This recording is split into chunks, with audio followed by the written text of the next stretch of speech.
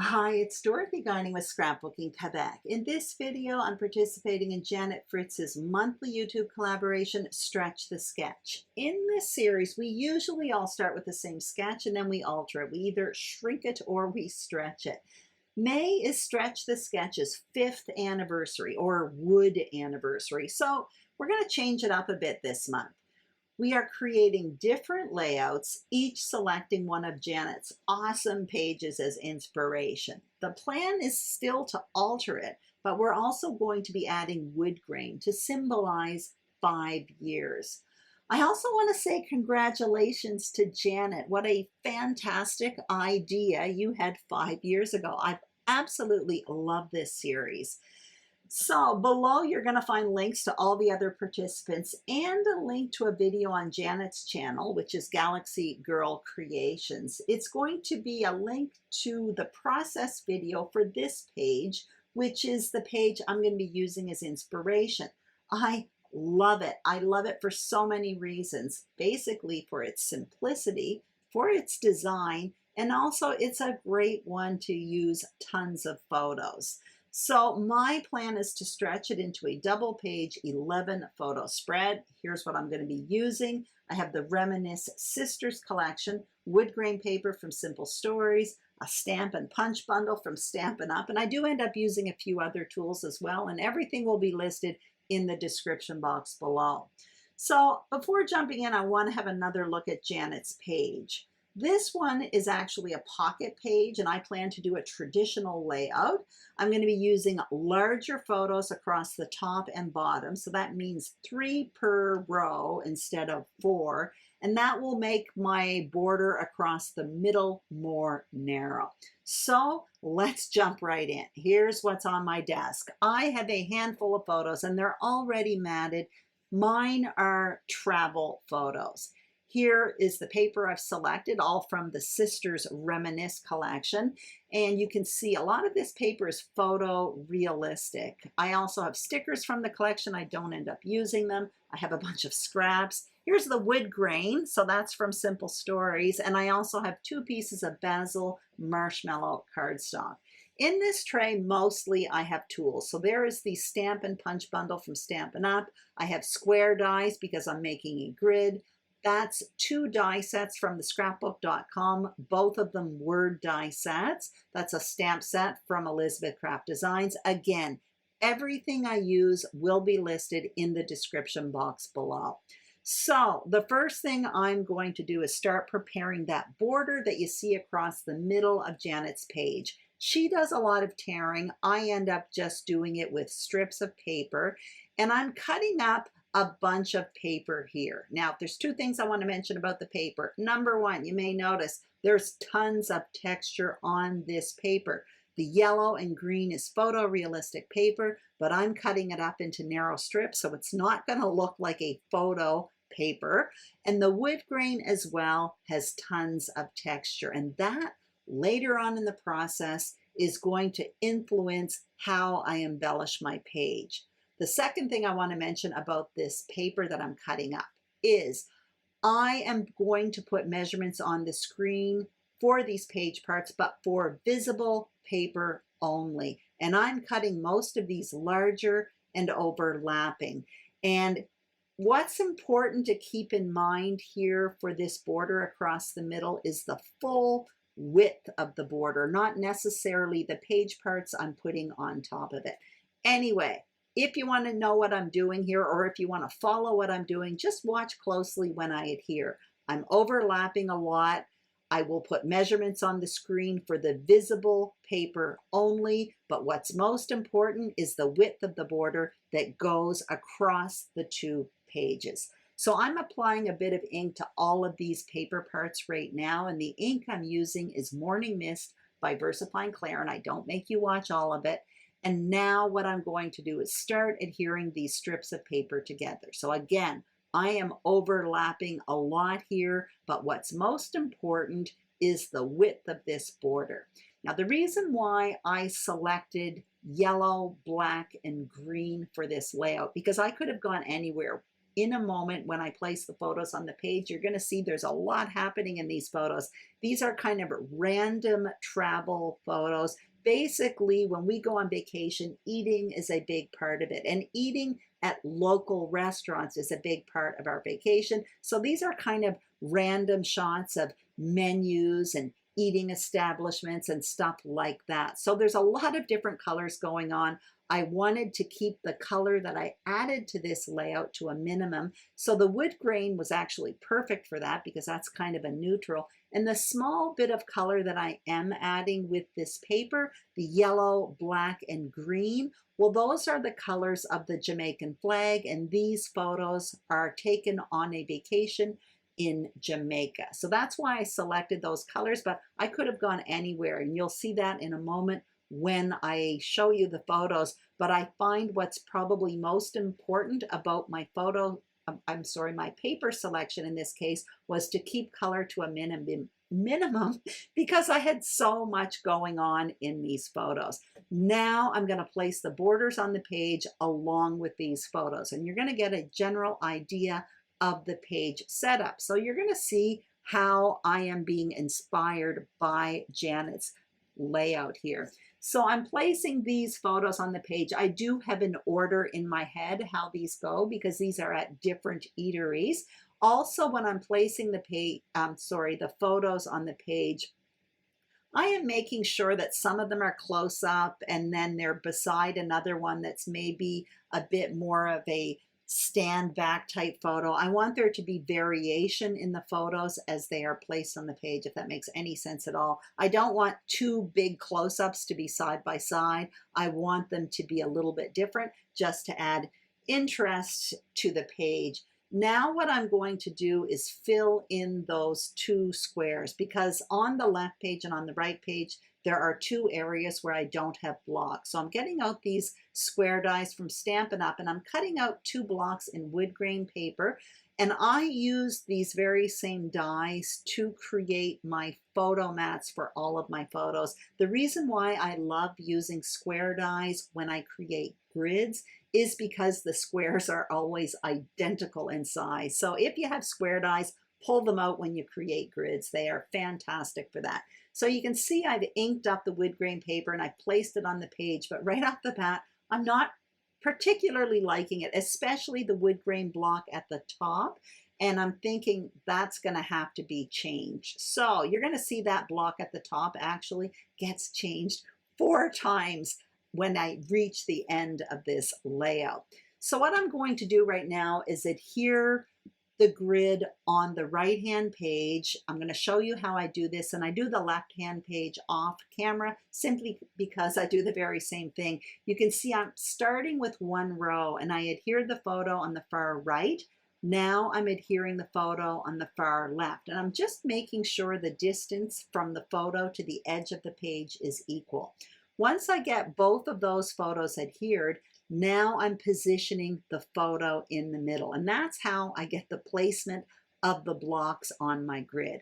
I'm going to be doing the same thing at the top of the page. Now, obviously, I'm going to have 1 block that's empty, but the row of photos at the bottom is serving as my guide to place the photos at the top of the page. I seem to be having trouble adhering here. It's not because of the adhesive. It's because I'm talking to somebody while I'm creating this page. And usually when I create a video, I'm by myself and I'm not chatting with someone while I'm creating. That's why I'm having a little bit of trouble here. It's also why I don't make you watch me adhere the second page, because I'm just chatting away here.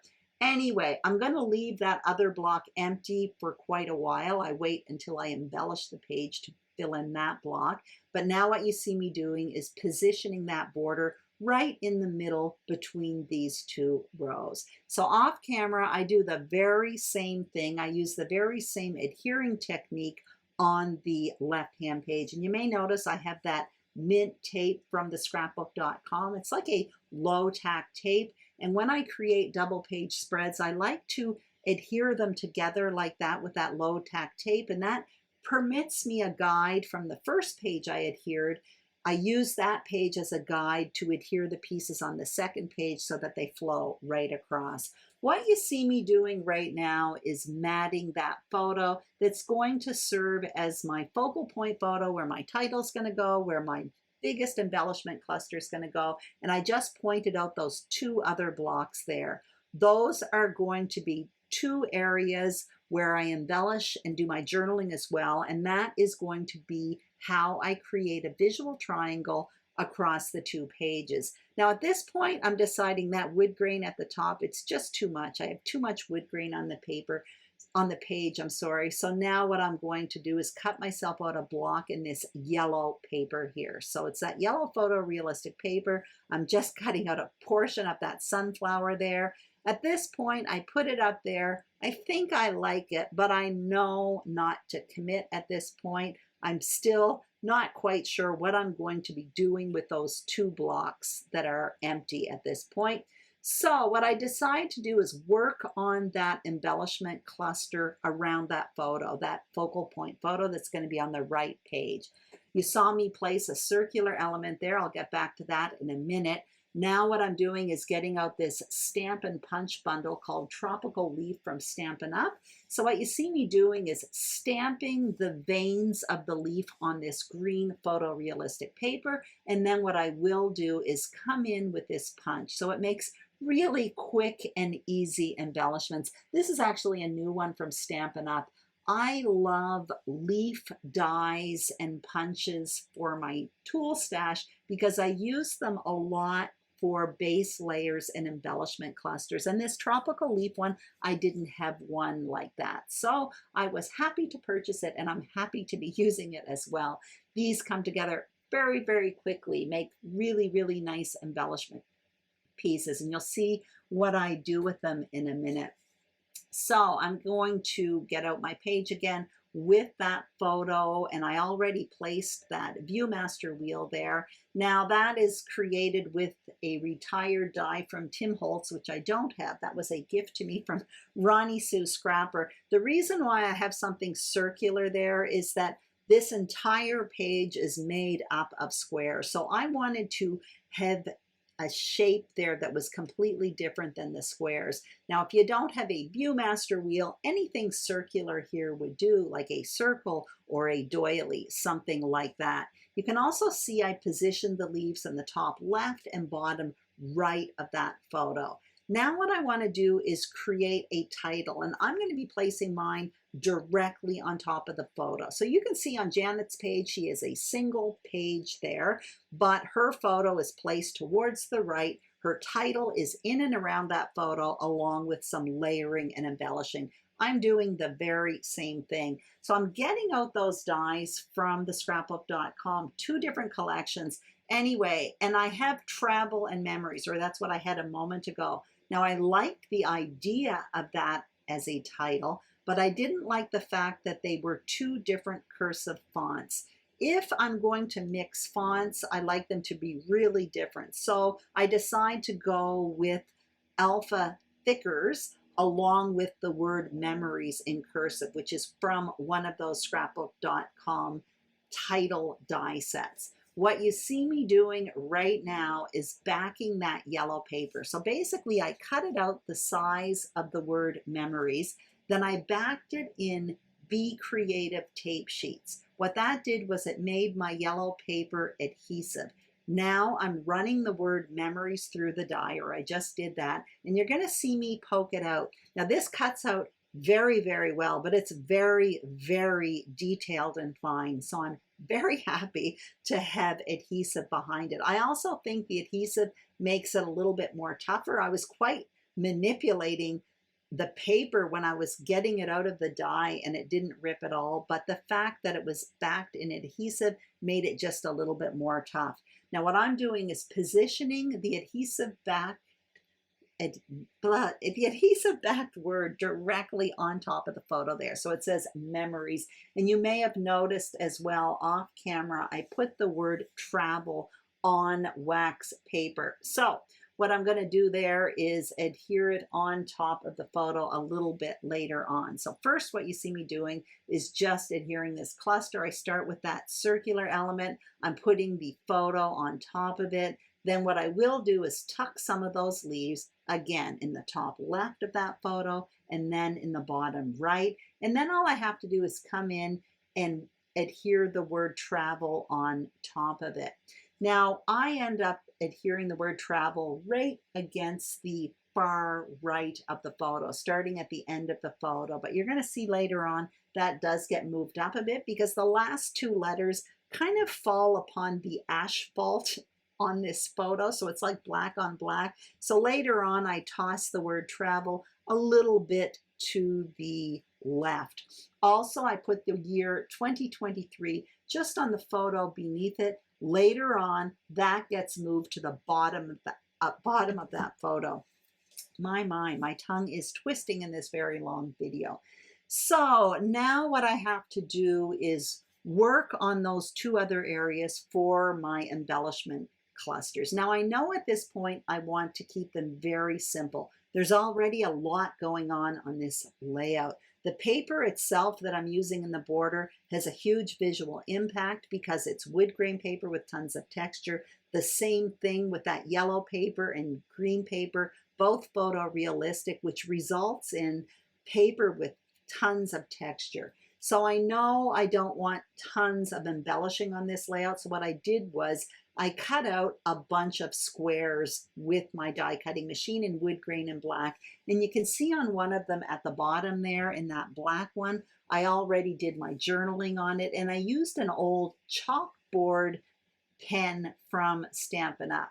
Now what you see me doing is playing around with the squares at the top. So I removed the yellow one, thought I would go with the wood grain with a little bit of black, but I'm thinking at this point, maybe I do want a bit of yellow in there after all, but I don't have much of that yellow paper left. So what I end up doing is getting out this cover sheet to the Reminisce collection, and you can see on top there are like mini squares, and what they are shrunken down versions of the photorealistic paper. So I'm thinking that will make a cute embellishment. And I used a pH pen, by the way, just to test the paper. So the cover sheet of this collection is fully safe for photos according to my pH testing pen.